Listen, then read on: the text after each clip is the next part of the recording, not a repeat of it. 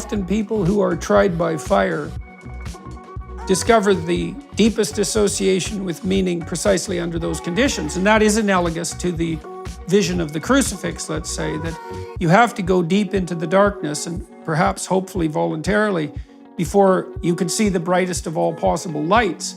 And so this idea that, part of the problem is, if you provide your children with everything, which you could do as a wealthy parent, let's say, you deprive them of deprivation, you deprive them of adventure, you deprive them of destiny, and you remove from them the necessity of grappling in a manner that really does make life meaningful. One of the things that I've really noticed in my tours, this has been extremely interesting and heartening, is that whenever I talk about the nexus between responsibility and meaning, the audiences always go dead silent.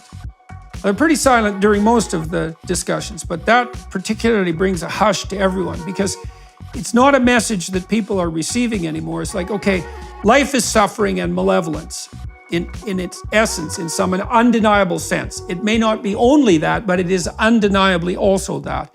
And so you need a sustaining meaning to tide you over while you're suffering and while you're betrayed.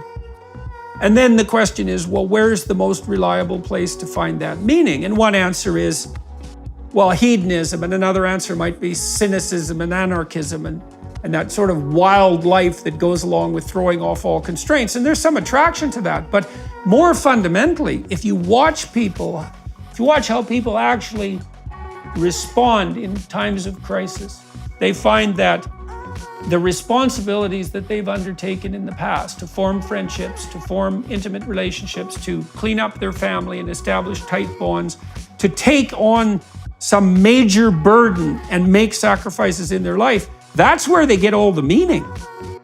And I can't believe that we don't teach young people this now.